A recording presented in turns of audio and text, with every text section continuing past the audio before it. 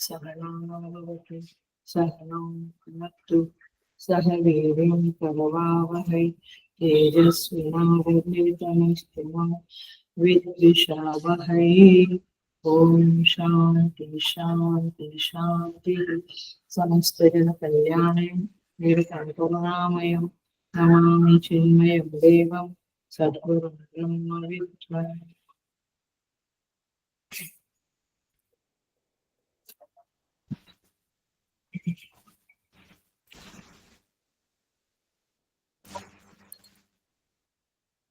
Hari Om, I welcome you all with great love and great respect in this Taittiriya Upanishad. We will start Mangalacharan. Om Vame Manasi Pratisthita Mano Mevachi Pratishthitam Aviravirmayedhi Vedasya Ma'anistaha Sudam Me Ma Prahasihi Anena Dhitena Ahoratran Sandadhami Dhrutam Vadisyami Satyam Vadisyami Tanmamavatu Tadvaktaramavatu Avatu Mam Avatu Vaktaram Avatu Vaktaram. Om Shanti Shanti Shanti.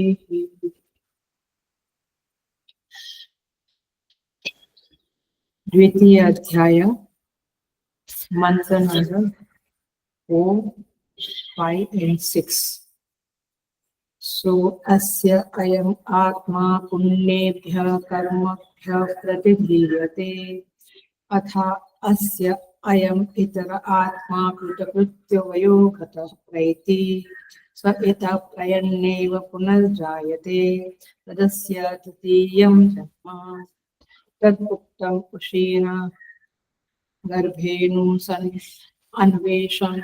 अन्वेषाम् अवेदम् अहं देवानां जनिमानि विश्वा शतं मा पूर्व आयसि आरक्षन् अधस्येनो यवसा निर्दीयमिति गर्भ एव एतत् शयानो वामदेव उवाच स एवं विद्वान् अस्मात् शरीरभेदात् पूर्व उत्क्रम्य अमुस्मिन् स्वर्गे लोके सर्वान् कामान् आप्त्वा अमृतः समभवत्।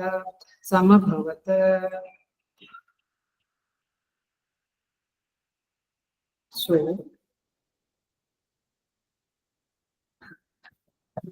तैत्तरीय उपनिषद द्वितीय अध्याय मंत्र नंबर 4।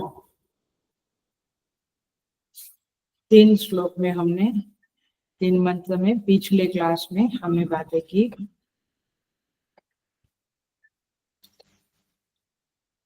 आज हम चौथे मंत्र के ऊपर आए हैं। सो यहाँ पे कहते हैं, हम पदच्छेद पे नहीं जा रहे हैं, आप लोग ईशावास्य उपनिषद ग्रंथ में देख लेना, बट देखो ट्रांसलेशन पे जाएंगे।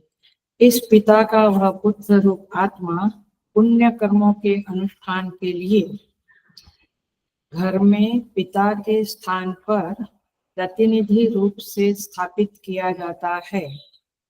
तदनंतर इसका यह अन्य पितृरूप आत्मा वृद्धावस्था में पहुंचकर कृतकृत्य होकर यहाँ से कूच करता है। यहाँ से कूच करने पर माने देह छोड़ देने पर अनंतर ही वह कर्मफल भोग के लिए पुनः जन्म लेता है। यही इसका तीसरा जन्म है। सावधान नहीं होंगे तो आपको ऐसा लगेगा ये पुत्र का, जो पुत्र हुआ ना, उसका तीसरा जन्म है। बराबर। पहला जन्म पितृदेह से मातृदेह में गया, तभी फिर मातृदेह से बाहर आया, तभी दूसरा माने बाहर आया और स्व शरीर में आया, तभी दूसरा, और ये तीसरा। बट यहाँ पे ध्यान से सुनो, यहाँ पे पिता की बात है। पिता जब मृत्यु को प्राप्त होकर पुनः जन्म लेता है। हेलो, अटेंशन प्लीज, ध्यान से रखना। आज का क्लास वैसे बहुत अच्छा है क्योंकि वो हमें बहुत हमारे समीप है। हमारी सबकी मृत्यु होने वाली है, तो ये मृत्यु का रहस्य कहो या प्रक्रिया कहो, ये सब बताने वाले हैं। तो ध्यान से सुनो। यहाँ पे जो मंत्र है वहां पे कहते हैं, वह पितृरूप आत्मा वृद्धावस्था में पहुंचकर, पेज नंबर 77। पहला आपको मैं ट्रांसलेशन पढ़ रही हूँ। कृतकृत्य होकर यहाँ से कूच कर जाता है। यहाँ से कूच करने के अनंतर ही वह कर्मफल भोग के लिए पुनः जन्म लेता है। यही इसका माने वह पुत्र जो बना, जो गर्भ में पिता के गर्भ में था, माता के गर्भ में आया, वहां से स्व शरीर में आया। 3 उसके अवस्था बताए थे पिछले मंत्रों में, रिपीट नहीं करती हूँ, होप कि आपको याद होगा।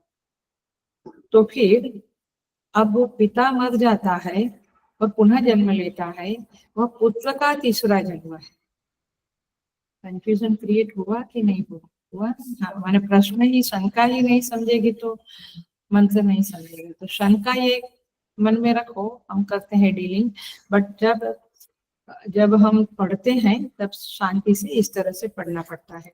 Okay, we will just translation पढ़ाए, हम सीधे अंदर जाते हैं और फिर भाष्य के साथ करेंगे, माने भाष्य को भी पढ़ेंगे।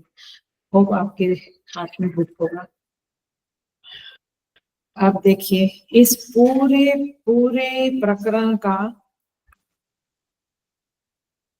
तात्पर्य है संसरण को समझाना, न कि बायोलॉजिकल बच्चा कैसे होता है ये बातें समझाना।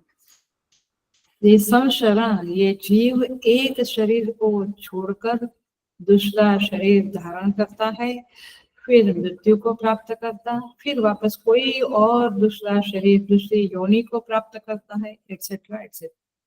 तो ये संसरण जो है उसके संदर्भ में मूल बात चल रही है और आज का क्लास इसी बात के ऊपर है। पूरा डिटेल में आज हम बात करेंगे।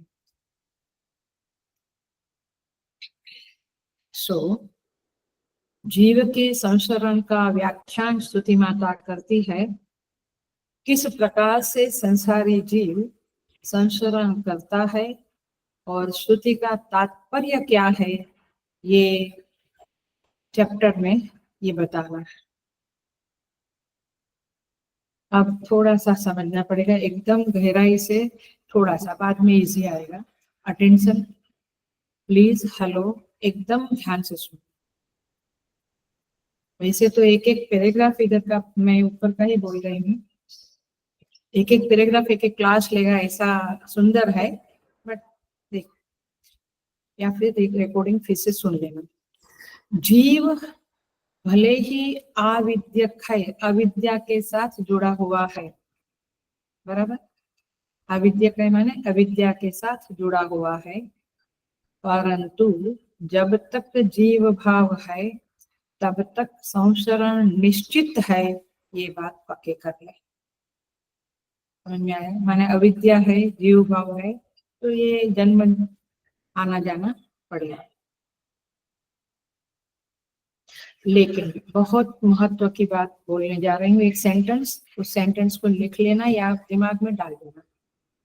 कोई चीज अविद्यक सिद्ध होने पर भी हेतु फलात्मक हो सकती है, इसमें आश्चर्य नहीं करना चाहिए। हेतु फलात्मक माने कोज इफेक्ट रिलेशनशिप हो सकती है। मतलब कि यदि वो चीज सत्य नहीं है, फिर भी उसमें कोज इफेक्ट रिलेशनशिप हो सकती है और होती है। इसके काफी उदाहरण है आपके कोर्ट में, जो दोनों बाजू वकील बात करता है, तो एक गलत है एक सही है, बट वो जिस तरह से रीजनिंग करता है, कोज बताता है, माने आर्गुमेंट करता है, लॉजिक बताता है, तो इट सीम्स वेरी लॉजिकल आया। सो इस तरह से ये अविद्या जीव के साथ लगी है, लेकिन अविद्या का जो पेरिफेरी है ना, पूरा जगत कार्य क्षेत्र है ना, वहां आपको हेतु फल दिखेंगे। हेतु माने what is the reason, and फल माने व्हाट इज द रिजल्ट। कोई रिजल्ट आता है तो हम ये कहते हैं ना, इसको बिकॉज उसने पढ़ाई अच्छा नहीं किया होगा, उसका माइंड कहीं और चला गया होगा, तभी वो पढ़ाई नहीं कर पाया, एटसेट्रा। आप हेतु ढूंढते हैं, हेतु माने रीजन, फल माने रिजल्ट। फल को देख के हेतु ढूंढते हैं, हेतु के आधार पे फल डिसाइड करते हैं। ये आपके जीवन का सच्चाई है, सबके जीवन की सच्चाई।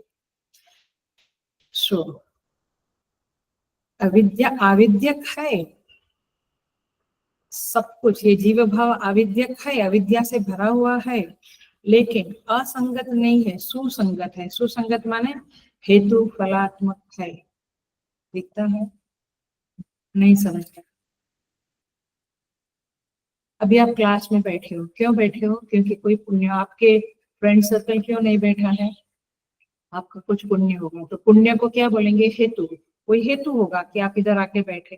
और फल क्या है? आपको समझ आ रही है, आपको उसमें कुछ सीखने को मिलता है, कुछ जीवन में बदलाव, कुछ सुख शांति ज्यादा, ये फल मिला ना। तब आपने हेतु ढूंढा कि मैं क्यों आता है, मुझे ये सुख शांति मिलते, मेरे फ्रेंड सर्कल नहीं आते, क्योंकि उनका पुण्य उतना नहीं होगा। तो ये ढूंढा आप। तो हेतु फलात्मक ही सारा संसार है।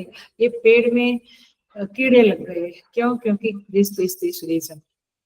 सारी चीजें, खाना ठीक नहीं हुआ क्योंकि मेरा माइंड कहीं था।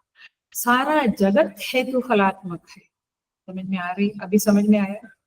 तो सुसंगत है माने हेतु फला, सुसंगत माने इट इज एप्रोप्रिएट। एप्रोप्रिएट है क्या? गीता में कौन सा श्लोक था?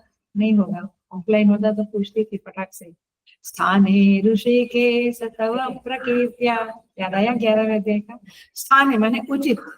तो आपको संसार में सब चीज मालूम पड़ती है कि हाँ, because of this is the reason. उसे कहेंगे हेतु फलात्मक। तो सारा जगत हेतु फलात्मक है, बट इसका अर्थ, द इम्पोर्टेंट पॉइंट, इसका अर्थ ये नहीं है कि ये प्रमाण सिद्ध है, माने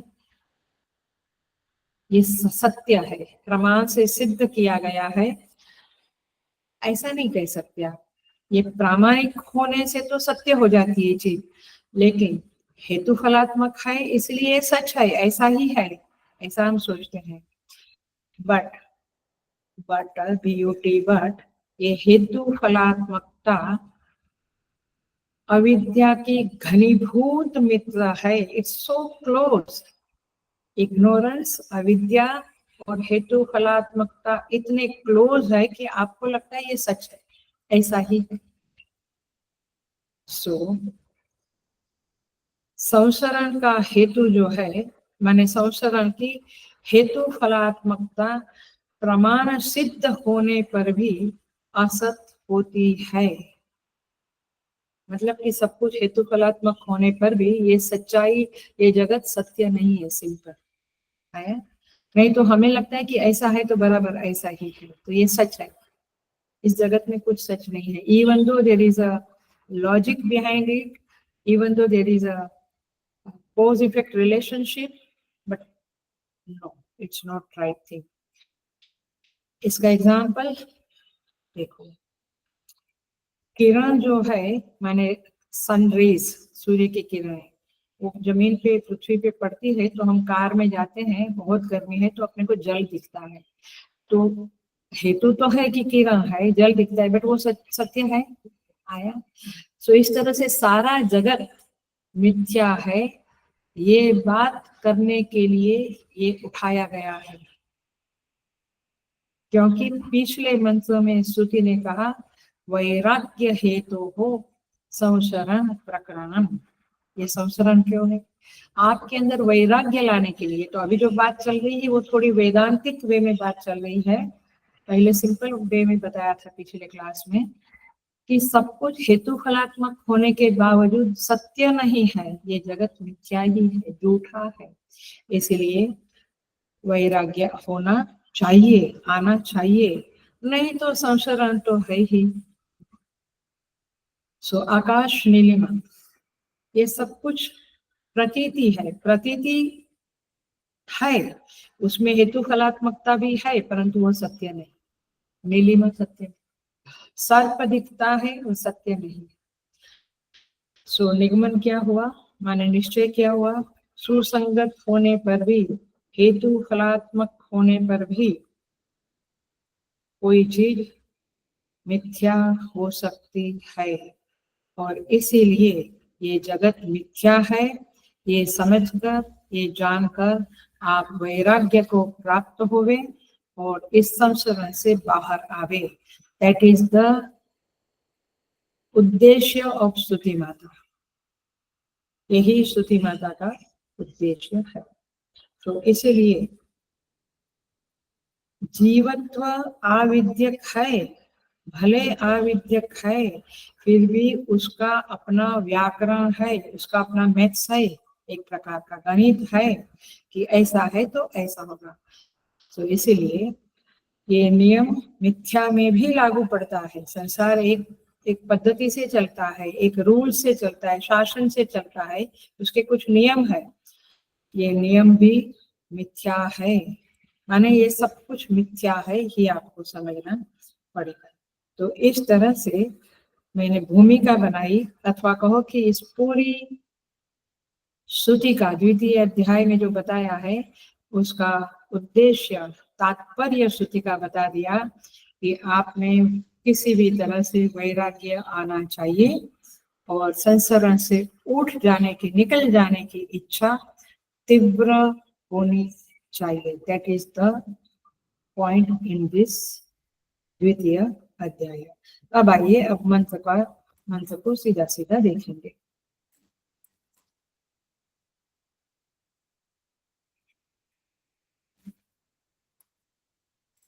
कहते हैं ये पिता में, माने जीव कैसे प्रवेश करता है, पीछे जा रहे हूं मैं, कैसे प्रवेश करता है, अन्न के द्वारा, फिर अन्न से मांस, मज्जा, रक्त, वीर्य बनता है, फिर उस वहां से माता के गर्भ में ट्रांसफर होता है, संचरित होता है और फिर बाहर आता है।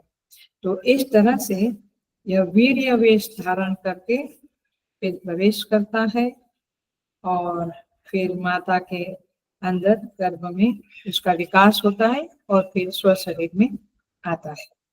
अब ये शरीर प्राप्त करने की प्रक्रिया पिछले क्लास में बता दी है, इसे याद कर लेना। अब तो मतलब हुआ कि जीव ने पहले अन्न को वाहन बनाया, मीडिया बनाया, है ना, अन्न वेशधारी, वीर्य वेशधारी, ये शब्द बोला। तो ये प्रक्रिया से हम सबको गुजरना पड़ा है। यदि मोक्ष नहीं मिला तो आगे भी इसी प्रक्रिया से गुजरना पड़ेगा। और मूल बात पे आती हूँ, और यदि ये बात सुनते हुए, पढ़ते हुए, समझते हुए आपको भय नहीं पैदा होता है अंदर इस संशोधन का, तो फिर किस कैटेगरी में बैठना पड़ेगा, मूर्ख शिरोमणि की कैटेगरी में बैठना पड़ेगा। समझ में आता है? ये बहुत पीड़ाजनक है ये, पुनरपि जननम पुनरपि मरणम पुनरपि जननी जठरे शरीरम। तो इसलिए मूर्खता ही इस अविद्या का हेतु है, संशोधन का हेतु है। और इसीलिए देखो, बच्चा होता है वो अग्नि में हाथ डालता है तो उसको भय नहीं लगता है, क्योंकि उसको पता नहीं। आपको यदि समझ में आ गया है तो आपको भय लगना चाहिए और आप उससे दूर होने की कोशिश करना चाहिए। सिंपल। सो अंतिम वाक्य बोलती हूँ, जो भयानक है, भयंकर पीड़ाजनक है, उसे भयानक और पीड़ाजनक समझना ही विजडम है, विद्या है, समझ है। और यदि ऐसा नहीं अंदर हलचल होती है तो फिर दूसरी कैटेगरी में बैठने की योग्यता प्राप्त की हुई है, ऐसा ही समझना पड़ेगा। जब तक संशरण है तब तक हम कह नहीं सकते हैं कि आप परम सुख का आस्वाद कर सकते हो। अविद्या है तो संसरण होगा ही होगा, और इसलिए विद्या प्राप्त करने के लिए ये शास्त्र का अभ्यास इज अ मस्ट, ये होना ही चाहिए। देखो अभी भाष्य में जाते हैं, यहाँ कहते हैं 77 पेज पे भाष्य देखो। अस्य पितु सोयम पुत्रात्मा, यहाँ से शुरू होता है मिला। अस्य, अस्य माने पितु, जो मंत्र का शब्द है अस्य, इसका अर्थ होता है पितु। सो अयम पुत्रात्मा, अयम पुत्रात्मा माने, सो अयम शब्द का अर्थ है पुत्रात्मा, माने पुत्र रूप से जो पिता की आत्मा है। तो ये पिता जो है वो अपने पुत्र को शास्त्रीय कर्म के निष्पादन के लिए उसके ऊपर आए हुए जो कर्तव्य है, मैंने अब खुद जो पिता ने कर्तव्यों का पालन किया है, वो अब अपने पुत्र को उन कर्तव्यों का पालन करने के लिए प्रतिनिधि बनाता है। प्रतिनिधि माने रिप्रेजेंटेटिव बनाता है, ऐसा यहाँ पे पहली लाइन में कहा।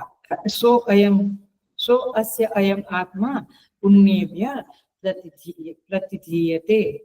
वो जो सत्कर्म किया है या जो भी है उसके लिए, मैंने अच्छे कर्म के लिए वो बेटे को प्रतिनिधि रूप में बनाता है। यहाँ पे भाष्य आप पढ़ लेना, मैं फिर भी देखती हूँ, थोड़ा बताती भी हूँ। यहाँ पे कहते हैं इस पिता का वह यह पुत्र रूप आत्मा पुण्य यानी शास्त्रोक्त कर्म के निमित्त अर्थात कार्य संपादन के लिए पिता के स्थान पर प्रतिनिधि स्थापित किया जाता है।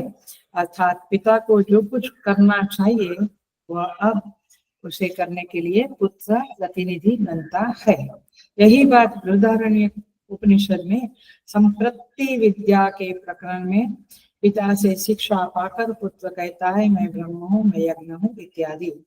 माने वाजसनीय शाखा का जो बृहदारण्यक है उसमें एक विद्या है संप्रति विद्या, पढ़ लेना आप जिसको पढ़ना है वो, वहां पे भाष्य में लिखा है बृहदारण्यक 1517, आप देख लेना। अब उसमें क्या कहते हैं, जनरली जब वृद्धावस्था आती है तो घर में लोग बैठते हैं और पिता पुत्र को सब समझाता है, अथवा एक विधि होती है, लोगों के सामने लोगों को बुलाया जाता है।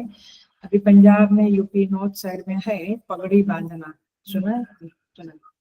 तो पगड़ी बांधना माने पुत्र को पगड़ी बांधते हैं और फिर उन्हें उपदेश देते हैं। आनंद गिरी टीका में बहुत अच्छी तरह से लिखा है। कभी मन होता है कि उसको लेके, भाष्य को लेके, मंत्र का मूल शब्द लेकर आपको अच्छी तरह से समझाओ, बट फिर तो बेहतर ये 5 साल चलेगा। आनंद गिरी टीका के साथ 2 दिन गए, कुछ समय था जब हम टीका साथ में लेके पढ़ते थे क्लासेस में। एनीवे, तो संप्रति विद्या शब्द से ही संप्रदाय आया है। तो जब पिता पुत्र को उत्तराधिकार देता है तो उसमें वह पुत्र को अपना कर्तव्य सौंपता है। उसमें जीवन भर जो जो सत्कर्म किए हैं, जैसे हमारे घरों में पूर्णिमा का पूजा होता है, प्रदोष पूजा होता है त्रयोदशी के दिन, एकादशी के दिन विष्णु सहस्त्रनाम पूजा होती है, होम हवन होते हैं, सत्कर्म के दान धर्म होते हैं, सत्संग सुनने का एक रूटीन अभ्यास होता है, शाम को भजन होते हैं, आरती होती है, घर में दिया बत्ती होता है, एटसेट्रा एटसेट्रा। तो माने यह जो सारा कुछ कर्तव्य है जो पिता ने पालन किया है। कई लोग देखो उत्तरकाशी में अपना काशी बनारस की बात आती है तो सुनते हैं कि लोग वहां पे रोज सुबह प्रातः काल में ब्रह्म मुहूर्त में उठकर भगवान विश्वनाथ को जल चढ़ाते हैं। ऐसी जो भी पिता की रूटीन है, पिता का जो सत्कर्म का एक नियम है, वो सब कुछ वो अपने पुत्र को बताता है। बताते हैं आप लोगों का, अभी तो टाइम भी नहीं है, टाइम नहीं है, बच्चे सुनते नहीं। ये जब वाक्य सुनती हूँ ना तो मैं कहना चाहूंगी कि आपके बच्चे सुनते नहीं है, ये याद रखो। काफी बच्चे सुनते हैं और करते हैं। इसलिए आज आजकल के बच्चे सुनते नहीं है, आजकल बच्चे ये सत्कर्म करना चाहते हैं, ये वाक्य मत बोलो। जिन्होंने बचपन से ट्रेनिंग दी है वे बच्चे अवश्य, उसमें कुछ परसेंटेज नहीं होंगे तो नहीं होंगे, बट अवश्य बच्चे सुनते हैं। All depends upon you. सो ये बच्चों को ये कर्तव्य सौंपता है, ये उपदेश करता है। अभी क्या सौंपते हैं आप? केवल प्रॉपर्टी। प्रॉपर्टी भी सौंपता है वो पिता, बट पहले सत्कर्म का कर्तव्य का आदेश देता है। जब उसे निश्चय होता है कि हम अब इहलोक से उपराम होकर परलोक में चले जाएंगे, तब वह क्या करता है? घर छोड़ देता है। उपदेश दे दिया, पगड़ी बांध ली बेटे को, प्रॉपर्टी का सब कुछ समझा दिया, उसके बाद वह, उसको लगता है कि अब बस कुछ दिन के बाद जाना होगा, तो घर छोड़ देता है, वानप्रस्थी हो जाता है। लेकिन अब स्थान की प्रधानता नहीं, बच्चे ही परिवार से दूर चले जाते हैं और आप घर में ही वानप्रस्थी हो जाते हैं, है ना? तो अब ये बात है। सो यहाँ पे कहते हैं, बहुत सुंदर शब्द है, पिता पित्रानुशिष्टः अहम ब्रह्म अहम यज्ञ। ये पुत्र को अनुशिष्ट करता है, अनुशिष्ट माने शिक्षित करता है। क्या कहते हैं? त्वं ब्रह्म त्वं यज्ञ त्वं लोकः, अथर्वशीष में आता है ना, त्वं ब्रह्म त्वं विष्णु त्वं रुद्रस्त्वं इंद्रस्त्वं अग्निस्त्वं वायुस्त्वं ब्रह्म त्वं प्रजापति ही। आप आता है ना सब कुछ, ऐसे यहाँ पे सिखाता है कि तुम बोलो। और फिर बहुत सुंदर शब्द है, पितृ अनुशिष्ट है, फिर पितृ बोलता है अहम ब्रह्म अहम यज्ञ। तो इस तरह से पुत्र, इसका मतलब है पुत्र अपने पिता के दिए हुए कर्तव्यों का स्वीकार करता है। वो नहीं कहता है कि मुझे टाइम नहीं पापा जी, ये सब आपके जमाने में, वो स्वीकार करता है। अच्छा बच्चा है।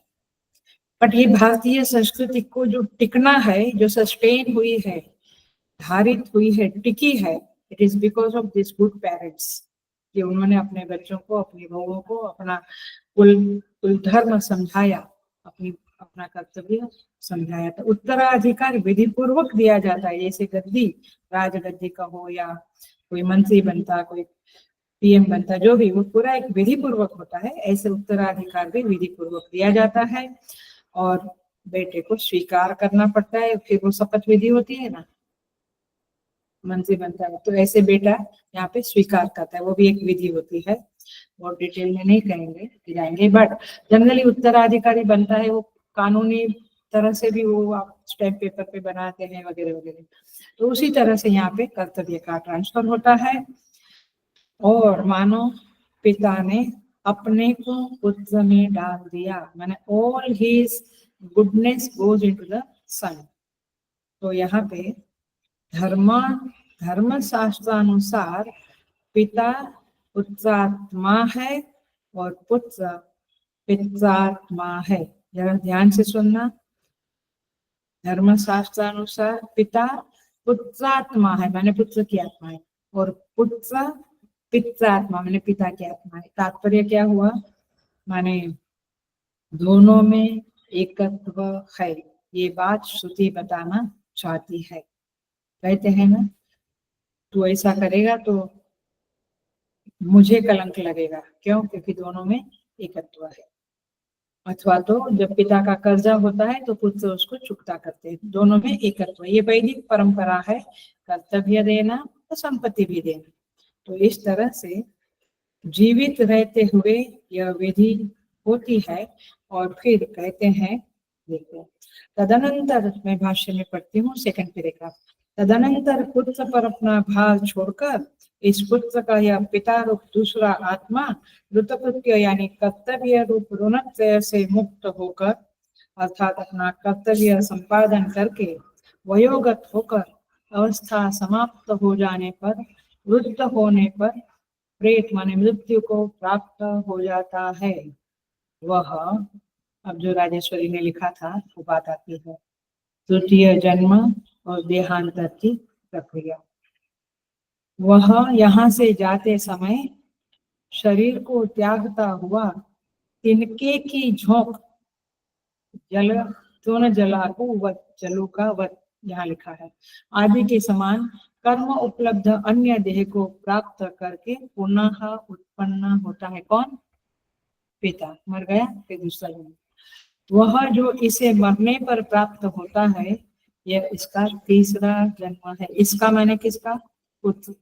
पुत्र का, पुत्र का ही पहला जन्म गर्भवास, पिता के उदर, माता के उदर। हाँ, उसके बाद पिता जो तीसरा जन्म लेता है वो उस बच्चे का तीसरा जन्म कहलाएगा।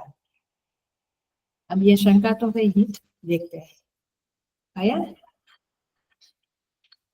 मूल बात है कि पिता पुत्र एक है, एकत्व है। ये जो अभी का जो कलयुग का जो संबंध है वो डिफरेंट है, बट ये वेदांत वैदिक काल की बातें हैं। सो ये पिता का, ये पुत्र का, पुत्रात्मा का, पुत्र के बदले में बोलूंगी पुत्रात्मा का तृतीय जन्म है। स्वयं अवसथः स्वयं स्वप्नः, ऐसा कहा था। 3 उसका रहने का स्थान है, 3 माने 3 जन्म है। तो श्रुति कहती है निर्गमन जन्म है, माने श्रुति बताना ये चाहती है कि पिता पुत्र का एकत्व है। धर्म व्यवस्था की सिद्धि के लिए, फिर से बोलती हूँ, धर्म व्यवस्था की सिद्धि के लिए पिता पुत्र में एकत्व है। यह बात श्रुति कहना चाहती है। पिता का अधूरा यज्ञ, अधूरा कर्म, कर्जा सब बेटा पूरा करता है। तो कर्ता 2, लेकिन उसमें एकत्व है। कर्तव्य एक, कर्ता 2 है बट कर्तव्य एक है। मैंने लास्ट क्लास में बलराम जी महाराज की कथा कही थी। युधिष्ठिर का उधर उनको वानप्रस्थ भेज दिया, वन में भेज दिया, तभी उन्होंने कोई यज्ञ में सब बातें बताई थी ना, वो बरोबर यज्ञ नहीं कर रहा था तो उसको मार डाला, फिर उसका पुत्र ने पूरा के फल मिला।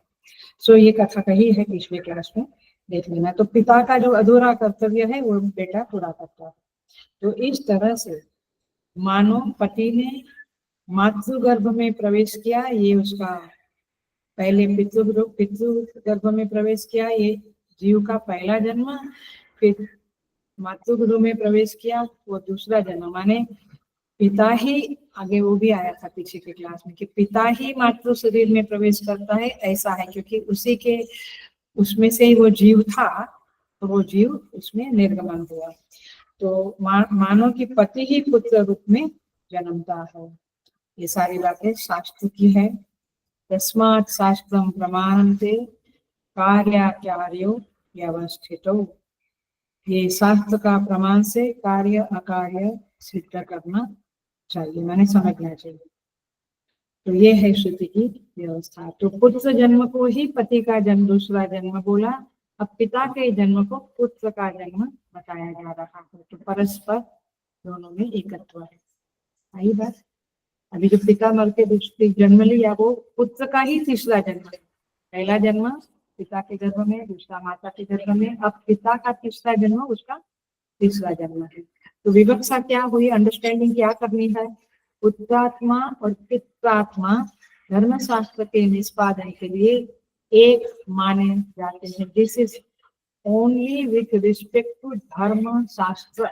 आप वेदांत को नहीं उतारना होगा, धर्म शास्त्र के लिए ये व्यवस्था शास्त्र में बताई है और ये यहाँ पे बताई है। वैसे लौकिक में भी जो विल बनाते हैं वगैरह वगैरह, उसमें भी कानूनी कार्यवाही से पुत्र को ही उत्तराधिकारी बनाते हैं। बट यहाँ पे कुल धर्म, कुलाचार को बेटे में जो ट्रांसफर करते हैं, उपदेश देते हैं, उसे धर्मशास्त्र के अनुसार एकत्व बताया गया है। वहाँ संपत्ति के संदर्भ में अपनी दुनिया में, बट यहाँ कर्तव्य के संदर्भ में, सत्कर्म के संदर्भ में। तो धर्मशास्त्र में वह पुत्र अधिकृत हो जाता है और इस तरह से यह व्यवस्था बताई गई है। सो एकात्मकता बताई गई है। सो इस तरह से यहाँ पे कहते हैं। अब हम आगे का देखते हैं कि क्या है। यहाँ पे लिखते हैं संसारी जीव का पिता से विधेय रूप पहला जन्म बताया। भाष्य देखना, शंका। फिर उसी का कुमार रूप से माता से दूसरा जन्म बताया। अब उसी का तीसरा जन्म बतलाते समय उसके मृत पिता का जो जन्म है उसको इसका तीसरा जन्म क्यों कहते हैं। पिता का जन्म को ये बेटे का तीसरा जन्म क्यों कहता है? तो देखो भाष्यकार कैसे लिखते हैं, नैष दोष, उसमें दोष नहीं है। पिता और पुत्र की एकात्मकता बतलानी इष्ट होने के कारण ऐसा कहने में कोई दोष नहीं है। वह पुत्र भी अपने पिता के समान अपने पुत्र पर भार छोड़कर यहाँ से कुछ करने पर फिर उत्पन्न होता ही है। यह बात एक के प्रति कही जाने पर दूसरे के लिए भी कही दी गई है, ऐसा श्रुति मानती है, क्योंकि पिता और पुत्र एक रूप होते हैं। अब यहाँ पे तीसरा कैप्शन डाला था आज ग्रुप में, देह जब छूटता है और अगला देह जब मिलता है तो क्या प्रक्रिया होती है। तो आप आइए देखते हैं। यहाँ पे एक शब्द है भाष्य का, इसलिए बताते हैं। सोन जलू का वत, सेकंड पैराग्राफ में है, देखा आपने। सोन जलू का वत माने तिनके की झोंक, नहीं मिला सेकंड पैराग्राफ में, जो माने मन से जब शुरू होता है तो सेकंड पैराग्राफ जो चलता है उसमें एंड की, सेकंड पैराग्राफ पूरा होता है कौन सा पेज पे, 78 पे पूरा होता है। तो पैराग्राफ पूरा हुआ, उसके नीचे से चौथी लाइन देखो, तो न जल्लू का वत द्वितीय जन्म, ये एंडिंग शब्द है। द्वितीय जन्म ये एंडिंग शब्द है दूसरे पैराग्राफ का। हाँ, तो उससे ऊपर ऊपर जाओ, चौथी लाइन, उससे एक लाइन ऊपर, एक लाइन ऊपर, एक लाइन ऊपर, तो तून जल्लू का वत ये शब्द मिला संस्कृत में, नहीं मिला। भगवान,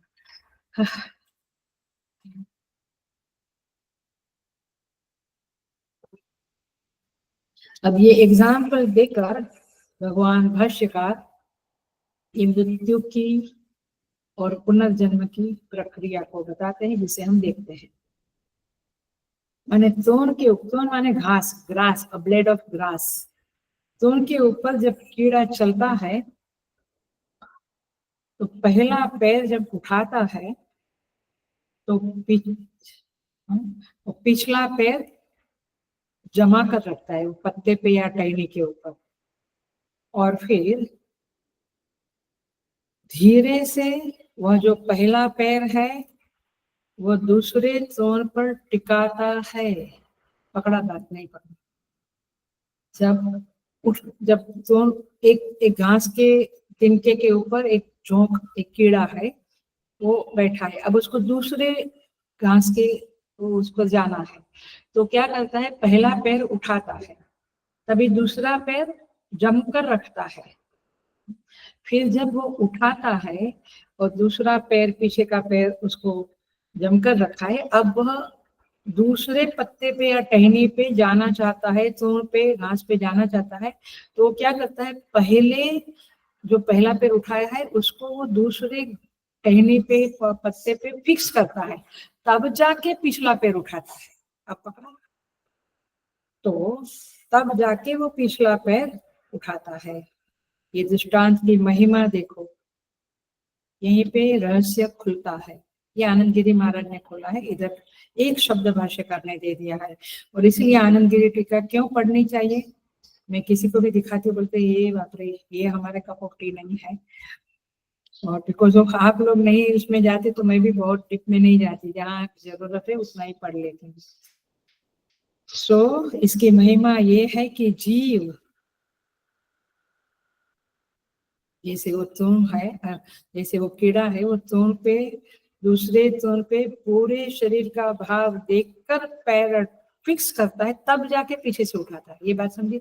ऐसे जीव, अब थोड़ा क्लिक हुआ, अब जीव जब दूसरे शरीर में जाने के लिए माने पकड़ता है दूसरे शरीर को, तब ही हेलो अटेंशन प्लीज, तब ही इस पहले शरीर को छोड़ता है। हम कहते हैं ना, पता नहीं क्यों माने डेथ होती नहीं है, इतनी पीड़ा में है, बट जब तक वो दूसरे शरीर को पकड़ेगा नहीं, तब तक वो इस शरीर को छोड़ेगा नहीं। ये रहस्य है। अब थोड़ा सा और समझाऊंगी, क्योंकि किसी को प्रश्न तुरंत आया होगा, तो समझाती हूँ।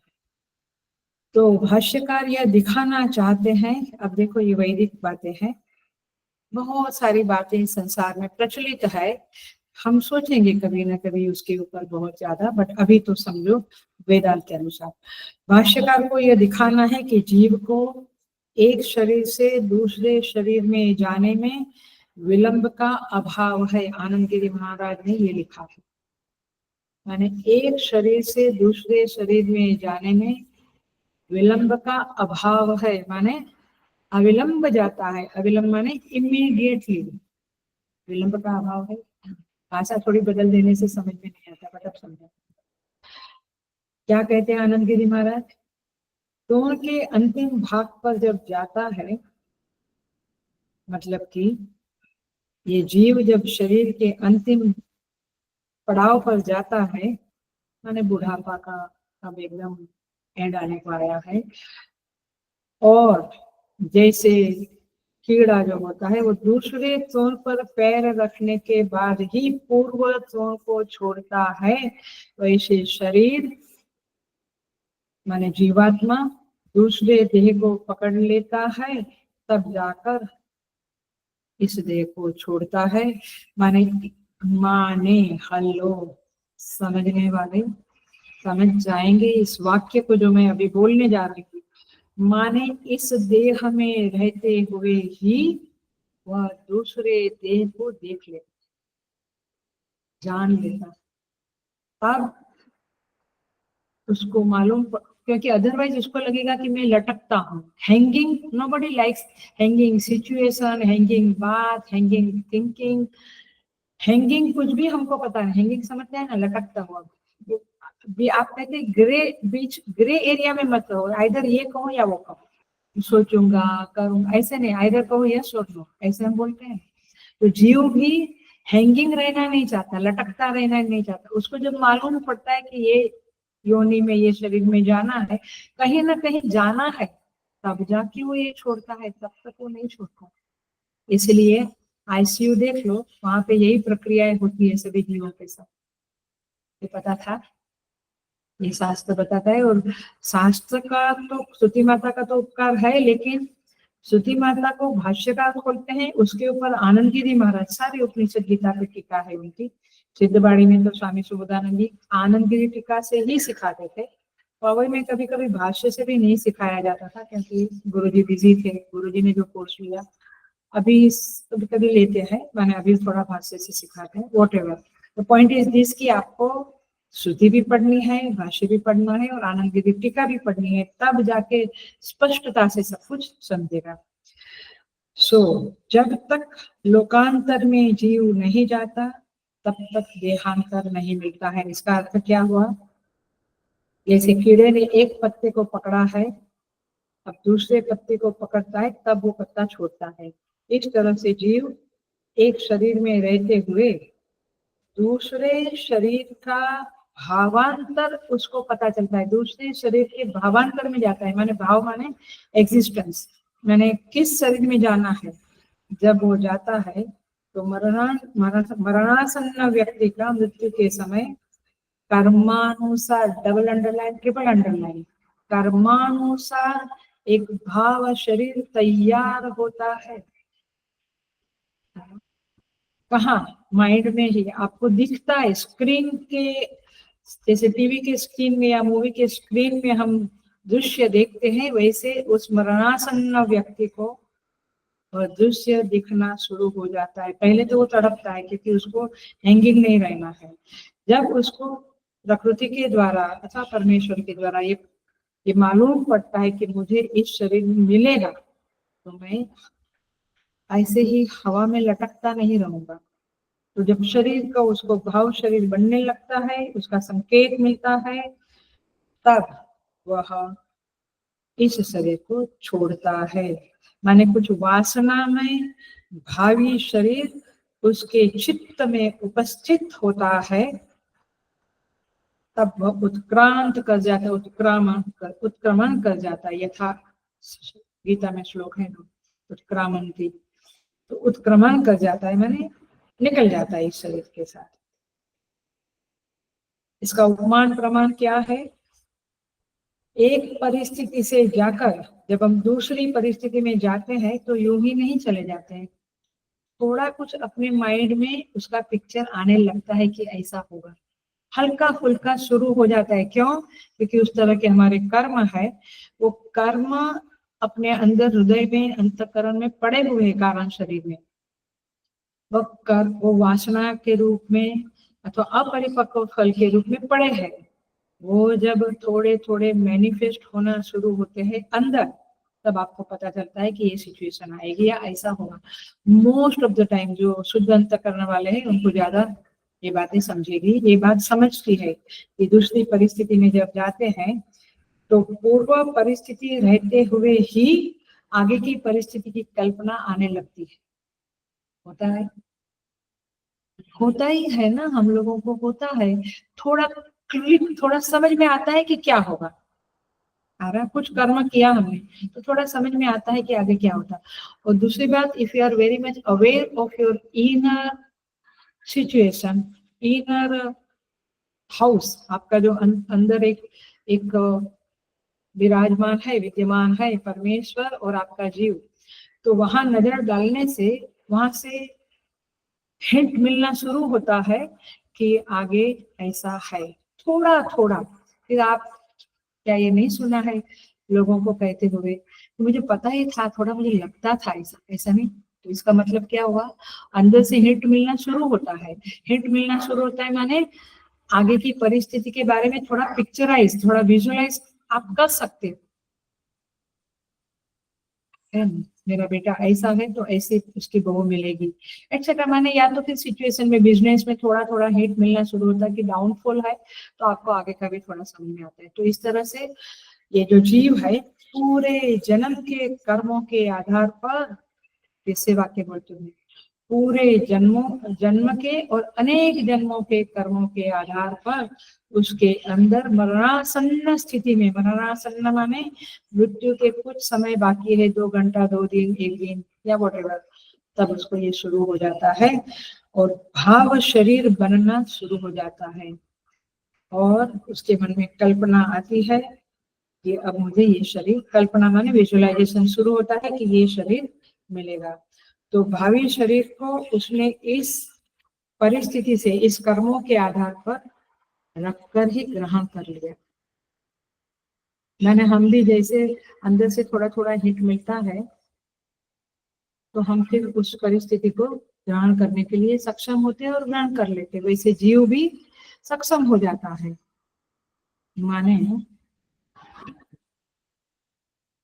चाहे चूहे का शरीर मिले, ऑफ कोर्स आईसीयू में पड़े हुए लोग बोल नहीं सकते, सुन नहीं सकते, बट आप उसको पूछो कि आपका कोई भाव शरीर दिख रहा है तो बड़ी दयनीय स्थिति में बोलेगा कि चूहे का शरीर दिख रहा है। अब मैं प्राणायाम भी नहीं कर सकूंगा, तुमने मुझे जिंदगी भर कहा था कि प्राणायाम करो, योगा करो तो ये इतनी बीमारी नहीं आएगी, मैंने कुछ नहीं किया, लेकिन अब चूहे का शरीर मिलेगा तो मेरुदंड भी सीधा नहीं कर सकता है वो, तो मैं क्या योगा करूंगा और क्या प्राणायाम करूंगा, मैंने जन्म फुकट गवाया। अब वो बोल नहीं सकता है, मरणासन्न व्यक्ति खास बोल नहीं सकता है, न सुन सकता है, न कुछ देख सकता है, अंदर ही अंदर ये सब उसका चलता रहता है। तो तुन जला को वत, ये शब्द का यही अर्थ है, पहले दूसरे तुन को पकड़ लेता है फिर ही ये शरीर छोड़ता है।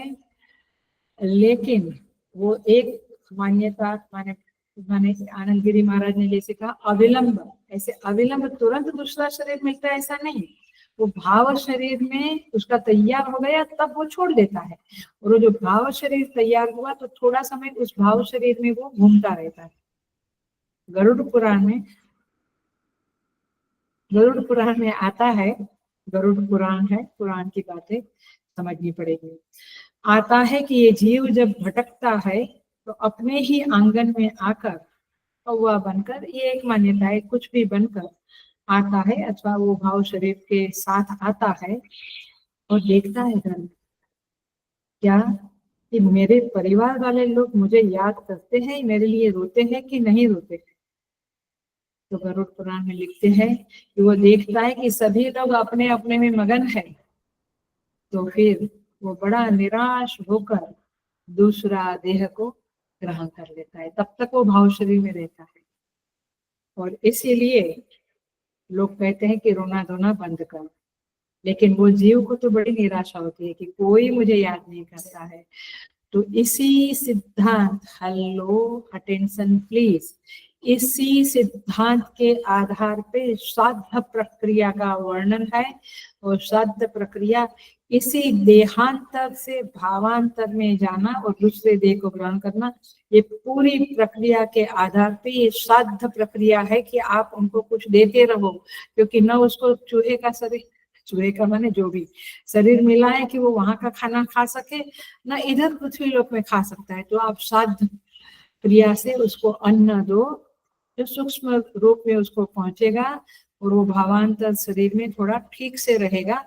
फिर समय आएगा, वो रेडी होगा, तब भगवान उसको दूसरा देह प्रदान करेंगे।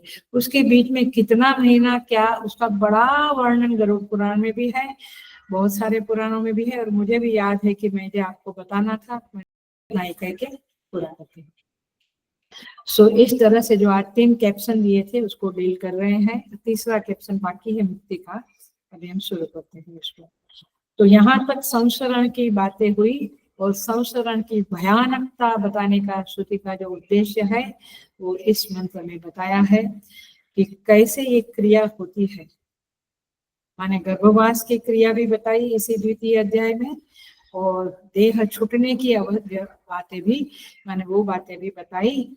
और इस तरह से अब जो संसरण से विमुक्त हुआ है वह वामदेव ऋषि कहते हैं कि मैं अब मुक्त हो गया हूँ। और उनकी इस बात को पिछले 2 मंत्र, 5वां और 6ठा मंत्र वर्णन करते हैं, इसे हम देखेंगे। मैं शायद 5-10 मिनट ज्यादा लूंगी, 10 मिनट ज्यादा लूंगी, तो लेट ही हुआ मुझे शुरू करने में आज, लेकिन और टाइम लेके मैं पूरा करूंगी। तो ऋषि वामदेव, माने यही बात ऋषि ने कही। क्या कही? अब मुक्त, मैं मंत्र नंबर 5 पे हूँ। कौन सा पेज नंबर है? 79। ऋषि ने कही, क्या बात कही? मैंने गर्भ में रहते हुए ही इन देवताओं के संपूर्ण जन्मों को जान लिया। गर्भेनु सन अन्वेषाम अहम अवेदम अहम देवानाम जनिमानी विश्वा, जान लिया। विश्वा माने बहुत सारे, जनिमानी माने जन्म, बहुत सारे जन्मों को जान लिया। तत्वज्ञान होने से पूर्व मुझे सैकड़ों लोहमय, लोहे के समान सुदृढ़ शरीरों ने अवरुद्ध किया हुआ था। माने हमारा शरीर क्या कर रहा है? हमें बंधन में डाल रहा है ना? हम मुक्त नहीं है। अब तत्वज्ञान के प्रभाव से मैं शेन पक्षी के समान, माने बाज पक्षी, इंग्लिश में क्या कहते हैं मुझे नहीं पता, बाज पक्षी के भयंकर होता है ना, बाज पक्षी के समान उनका छेदन करके बाहर निकल आया हूँ। अब मैं ये बंधन में नहीं। वामदेव ने गर्भ में शयन करते समय ही ऐसे कहा था। यही बात ऋषि यानी मंत्र में भी कही है। वो बतलाते हैं, माता के गर्भ में रहते हुए ही, मैं भाष्य पे आ गई हूँ, देखा, नो शब्द वितर्क का बोध कराते, क्लासिक पंक्तियां है, बहुत लोग होता है बट में कंट्रोल करते हैं। इतना सुंदर कहते हैं, गर्भेनु मातुः गर्भाशय एव सन, गर्भ में ही पता चल गया। नो इति वितर्क अनेक जन्मांतर भावना परिपाक वसात, ये मुख्य वाक्य है, ये ट्रिपल अंडरलाइन करने जैसा वाक्य है। अनेक जन्म जन्मांतरों की भावना के परिपाक वश, भावना माने निधिध्यासन, सवन माने निधिध्यासन के परिपाक वश मैंने इन वाक एवं अग्नि आदि देवताओं के संपूर्ण जन्मों का अनुभव बोध प्राप्त कर लिया। मुझे संसार बंधन से मुक्त होने से पूर्व आयसी अर्थात लोहमयी के समान सैकड़ों अनेकों अभेद्य पूरियों शरीरों ने सुरक्षित किया था, अवरुद्ध किया था। मैं हर बार कोई ना कोई शरीर में बंधन में फंस जाता था। अब जाल को काटकर वेग से उड़ जाने वाले शेन बाज पक्षी के समान, माने बाज पक्षी जाल को भी काट देता है, माने उसको यदि जाल में फंस गया तो जाल को भी काट देता है। ऐसे आत्मज्ञान जनित सामर्थ्य के द्वारा उससे बाहर निकल आया हूँ। वो वामदेव ऋषि ने गर्भ में शयन करते हुए ही ऐसे कहा। क्या सुंदर शब्द है। मंत्र के भी शतम मापुर आयसे ही आरक्षण अधः शेनो जगसा निर्दीयम निर्दीयम निकल जाता है।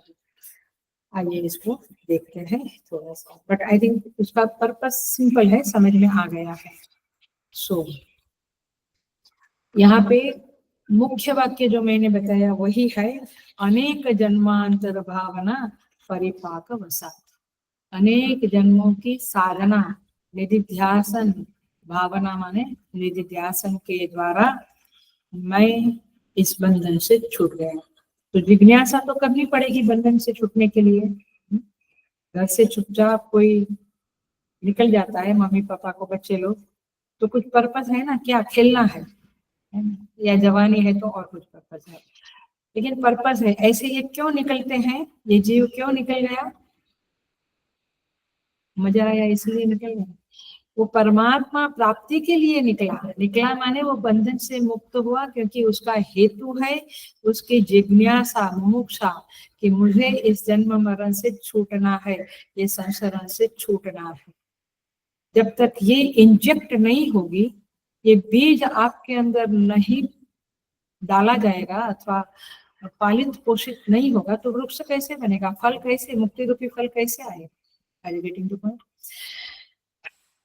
तो जिज्ञासा का हेतु है परमात्मा में, परमात्मा की जिज्ञासा ये हेतु बनता है। क्योंकि जीव, सुन लेना, हेलो अटेंशन प्लीज, किसी भी परिस्थिति में, भोग में, कर्म में, किसी भी व्यवस्था में कभी भी हेलो संतुष्ट नहीं होता है। आपको थोड़ा बहुत लगता होगा संतोष है, बट कब असंतोष निकल जाता है पता नहीं, कहीं ना कहीं हो जाता है। तो संतुष्ट नहीं होता है, ये निरंतर असंतुष्टि ही, if you become aware of that, if you become aware of your दयनीय पिटिएबल सिचुएशन, सिचुएशन माने आप कितने बंधन में हो ये तो समझो। अब क्या है कि वो एक आदत पड़ गई है बंधन की, तो वो बंधन में भी मजा लेता है, बट अदरवाइज माने जेल में कैदी लोग 20-20, 25-25 साल रहते, क्योंकि अब क्या करें, अब आदत पड़ गई। सो ये असंतुष्टि ही जीव को मुमुक्षु बनाती है। ये संसार में संतुष्टि नहीं है, कोई समाधान की जगह इस संसार के भोगों में नहीं। इसलिए शरणानंद जी महाराज कहते हैं, इस संसार में सभी की कुछ कुछ इच्छाएं पूरी होती है, ध्यान से सुनो, लेकिन माने सभी की कुछ इच्छाएं पूरी होती है, लेकिन सभी की कुछ कुछ इच्छाएं पूरी नहीं होती। ये बात सच है। समर्थ से समर्थ व्यक्ति की भी सभी इच्छाएं पूरी नहीं होती है। इसका मतलब हुआ ये जगत आपकी इच्छाओं की पूर्ति के लिए बना ही नहीं है। फिर भी इच्छा पूरी होती है, इसका मतलब है कि आपको, ध्यान से, आपको वो इच्छा पूरी होने के बाद जो खोखलापन दिखाई देता है, मतलब कि खास फर्क नहीं पड़ता है आपके जीवन में। इच्छा पूरी नहीं हुई तब तक उबलते थे, पूरी हो गई तो खास कुछ फर्क नहीं पड़ा। ये दिखाने के लिए परमात्मा आपकी कुछ कुछ इच्छाएं पूरी करते हैं और कुछ इच्छाएं पूरी नहीं करते हैं। इसीलिए पुनः ये चैप्टर का माने द्वितीय अध्याय का जो एसेंस है, जो सेंट्रल आइडिया है, वो कहती हूँ, इह अमुत फलभोग विराग। विवेक चूड़ामणि में कहते हैं, इधर और परलोक में, इस श्लोक में और परलोक में आप फलभोग विराग, माने कोई भी इच्छा न रहे, उससे वैराग्य होवे, यही इस चैप्टर का तात्पर्य। तो क्या है, स्वरूपावस्थान ही इस श्रुति माता इस अध्याय में हमें कहना चाहती है कि यही आपका लक्ष्य होवे और आप इसी में एस्टैब्लिश स्थापित हो जाओ। नारद जी पूछते हैं अपने गुरु सनकादि से, कहते हैं कि मुझे 4 वेद 6 उपवेद सब कुछ आता है, सारी विद्याएं मुझे हस्तगत है, किंतु शोचामि सो अहम भगवन श्रुतवान एव अहम। फिर भी मैंने सब विद्याएं सुनी, मैंने सब कुछ पढ़ लिया समझ लिया, फिर भी सोचामि, मैं शोक करता हूँ। या तक अशोचानन व शोचस्तम प्रज्ञावादांश भाससे, कौन सा चैप्टर? सेकंड चैप्टर, पहला श्लोक है ना भगवान का मुख में। तो मैं सोचा नहीं, मैं शोक क्यों करता हूँ, ये प्रश्न पूछते हैं। आप अगर छांदोग्य में देख लेना, कथा को अच्छी तरह से सुनना है तो देख लेंगे। सनकादि कहते हैं तरती तरती शोकम आत्मविता, जो आत्मज्ञानी है वही शोक को तर जाता है, पार कर जाता है, अन्यथा कितनी भी विद्याएं आवे कोई फर्क नहीं पड़ता है।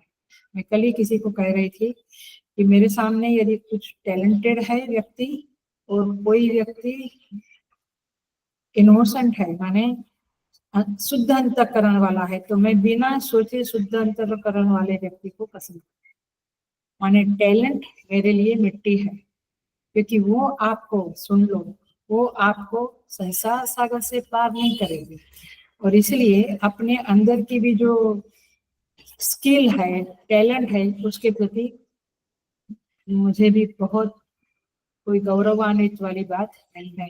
अंतःकरण शुद्धि ही मुख्य बात है, ये बिल्कुल गुरुजनों की कृपा से समझ में आ गया है, और वही जीवन में प्रायोरिटी रहे, इसके प्रयत्न भी शुरू हो गए। सो आप भी इस तरह से सोचिएगा, ये क्लासिक एग्जाम्पल है नारद जी का। तो इस तरह से तरति शोकम आत्मवितक, और जब आपने ये बात समझ में आ जाती है तो टैलेंट के पीछे, मेरे बेटे ने MBA किया, अब ये करना वो करना, कितना करेगा, कितना पैसा कमाएगा, आप उसको अंतःकरण शुद्धि वाली बात कभी तो करो। बड़े दुख के साथ कहती हूँ, मेरे इवन भक्त लोगों के जीवन का जो जो जो समाचार मुझे आता रहता है, वे बातें करते रहते हैं, उनके बेटे जेल में है, उनके बेटों को केस चल रहे हैं, माने बहुत भक्तों के बच्चों के बारे में भी मैं, बच्चों माने जवान या 45-50 के एज, सुनती हूँ कि ये सब हो रहा है जीवन में। क्यों? क्योंकि आपने केवल how to earn more money, how to get more fame in the world, ये सब चीजों पे भाग गया है। आप अपनी बुद्धि में ये फिक्स करो कि ये टैलेंट मिट्टी है। अच्छा, मिट्टी नहीं तो 2 रोटी कमाने के लिए जितना चाहिए उतना ठीक है। अंतःकरण शुद्धि, purity of the mind is the thing to be earned, and अपने बच्चों में भी ये डालो। इसीलिए बाल विहार में डालने की बातें करती। कराटे सीखेगा, भांगड़ा सीखेगा या भरतनाट्यम सीखेगा, वो सब टैलेंट है, वो ठीक है, बट उसको उस उसको बहुत इंपॉर्टेंस देके ये वैल्यू सिस्टम है, बाल विहार क्लास अथवा को धर्म के संदर्भ में जो गीता सिखाना वगैरह क्लासेस को आप कॉम्प्रोमाइज करते हैं, ये समझा ही नहीं है। वैदिक परंपरा सनातन धर्म वाले हम है, केवल बोलना हो जाता है। फिर एनीवे दिल में बहुत दुख है, इसलिए ये सब बातें निकलती है।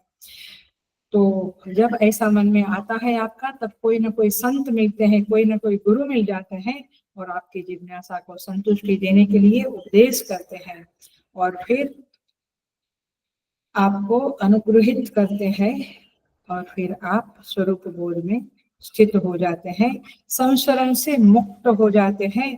और इस तरह से यहाँ पे वामदेव ऋषि कहते हैं, भाष्य जो पढ़ा उसी को बोल रही हूँ, सारे देवताओं को,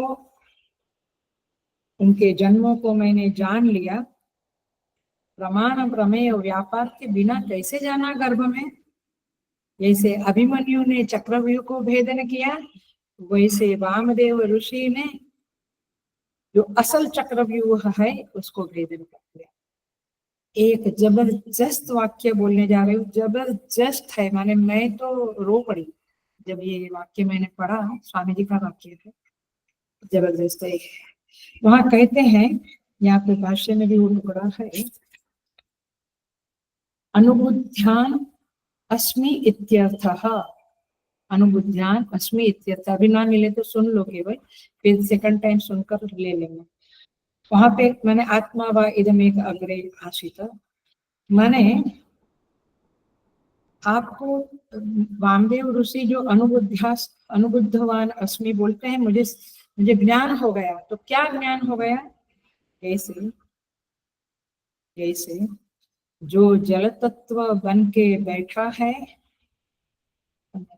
जो जल तत्व बन के बैठा है, उन्हें सारे तरंगों की उत्पत्ति का ज्ञान हो गया। ये कह सकते हैं, वो कहते हैं ना, मुझे सारे देवताओं के जन्मों का ज्ञान है। माने क्योंकि वामदेव जी अनेक जन्मों से साधक का जीवन जी रहे थे, तो कालेन आत्मनिविंदति, फिर एक समय आता है कि जब आपको प्रमाण प्रमेय व्यापार हो रहे होता है और आपकी निष्ठा बनती है, तब क्या होता है? तब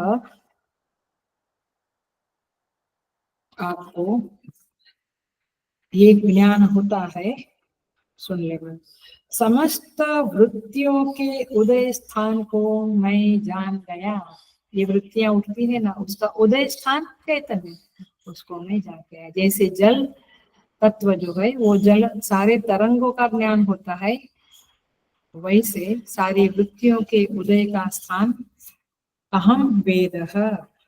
तो माने इसका अर्थ होता है अधिष्ठानम अहम वेद, मुझे अधिष्ठान तत्व का, सबस्ट्रेटम का ज्ञान हो गया, और इस तरह से मैं मुक्त हो गया।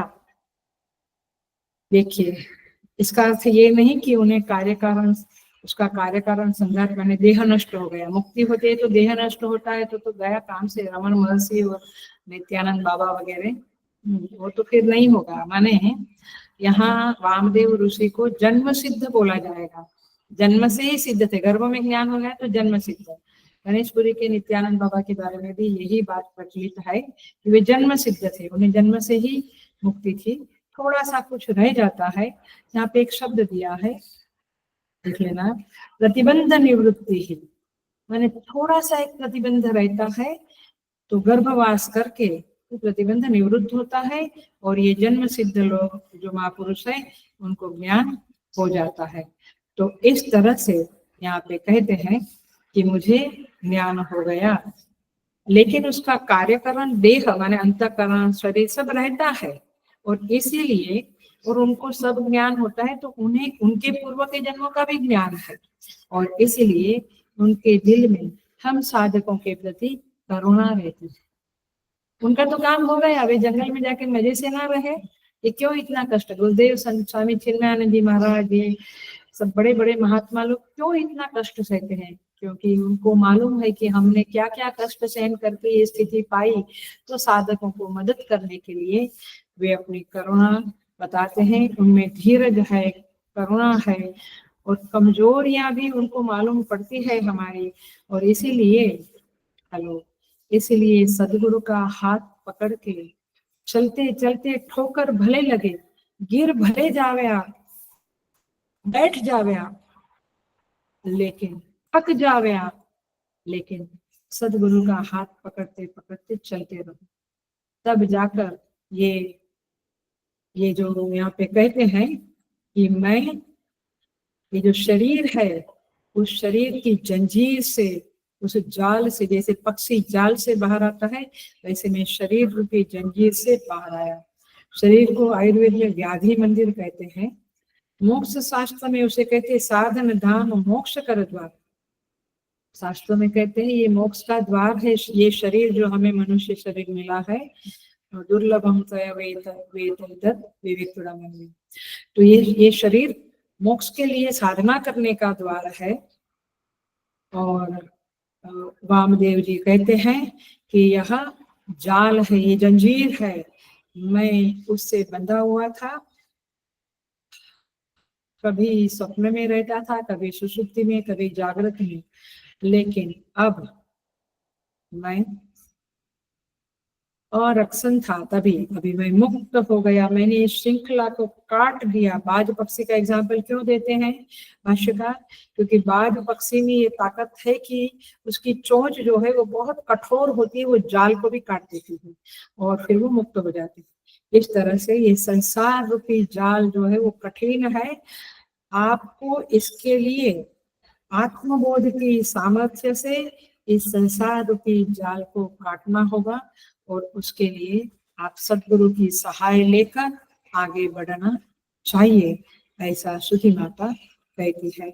मैं छठा श्लोक भी ले लेती हूँ, थोड़ा 10 मिनट लेती हूँ ताकि ये चैप्टर पूरा हो। यहाँ पे खास कुछ है नहीं। यहाँ पे कहते हैं, ये वामदेव ऋषि ऐसा ज्ञान प्राप्त कर इस शरीर का नाश होने के अनंतर उत्क्रमण कर इंद्रियों के अविषयभूत स्वर्ग आदि लोक में संपूर्ण भोगों को प्राप्त करके अमर हो गए। भाष्य पढ़ती हूँ।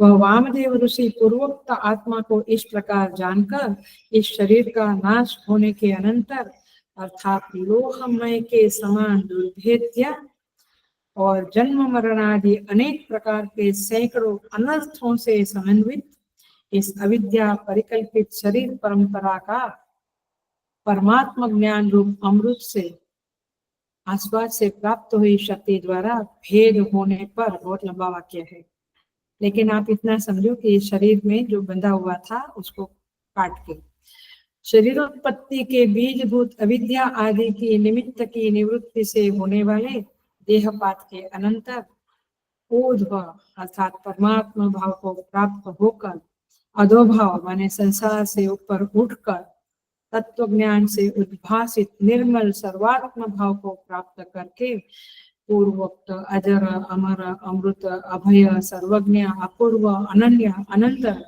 बाह्य एकमात्र प्रज्ञान अमृत स्वरूप स्वर्गलोक में दीपक की भांति शांत हो गया। दीपक जैसे शांत हो जाता है वैसे वो शांत हो गया, अर्थात अपने आत्मा स्वरूप में स्थित होकर अमृत हो गया।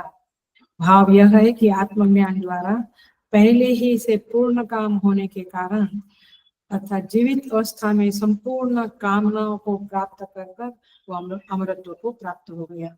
फल और उदाहरण के सहित आत्मज्ञान की सम्यक समाप्ति सूचित करने के लिए यहाँ समभवत ऐसे द्विरूपी कही गई है।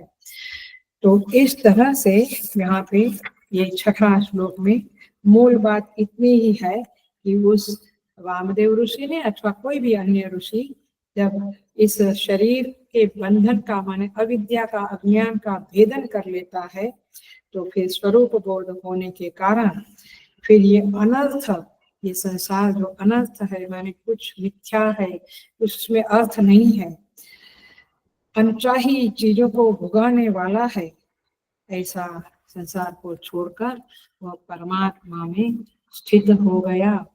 अर्थात उसका शरीर मर गया ऐसा नहीं बात है, उसने अपने अंतःकरण को शरीर को बाधित कर दिया। बाधित माने मिथ्या जैसा समझने लगा। हमारे अंदर कुछ इच्छा उठती है तो हम उसको पूरी करने की कोशिश करते हैं, वो जानता है कि ये मिथ्या है तो शांत हो जाता है। तो तात्पर्य यह है कि जीवत्व को कैसे छोड़ा उसने। भाष्यकार ने बहुत सुंदर एग्जाम्पल दिया है यहाँ पे, दीपक की भांति। आप सब देख लेना, दीपक शब्द भाष्य में तो शब्द है ही, सर्वान कामान आप्त्वा अमृत समभवत समभवत। तो दीपक की भांति का अर्थ है दीपक जैसे शांत हो गया ऐसे यह अज्ञान से शांत हो गया, अज्ञान उसके जीवन से हट गया और वह माने सविशेष अग्नि अब निर्विशेष रूप में प्रवेश कर गई। व्यक्तित्व विशेष का भार था उसके ऊपर, हमारे अंदर है ना, मैं ये तुम ये वो ये, तो व्यक्तित्व विशेष का भार लेकर हम घूम रहे इस संसार में, वो उसका भार खत्म हो गया, वह स्वरूप चेतन में प्रतिष्ठित हो गया और आत्मज्ञान होते ही सारी कामनाओं को उसने प्राप्त कर। यो वेद निहितम गुहायाम, तैतरेय में आया था, सर्वान कामान अश्नुते। तो सारे कामनाओं को प्राप्त कर लिया। तो इस तरह से यहाँ पे ये मंत्र पूरा होता है और यहाँ पे इस तरह से द्वितीय अध्याय भी पूरा होता है। इति श्रीमद् परमहंस परिव्राजकाचार्य गोविंद भगवत पूज्यपाद शिष्य श्रीमद् शंकर भगवत कृतौ ऐतरेय उपनिषद भाष्ये द्वितीय अध्याय प्रथम खंड समाप्त। अब यहाँ पे तृतीय अध्याय अगले क्लास में शुरू होगा, उसमें 4 मंत्र है और हम उसे अगले क्लासेस में करेंगे। ओम पूर्णमदः पूर्णमिदं पूर्णात् पूर्णमुदच्यते पूर्णस्य पूर्णमादाय पूर्णमेवावशिष्यते। ओम शांति शांति शांति। हरि ओम। श्री गुरुभ्यो नमः। हरि ओम।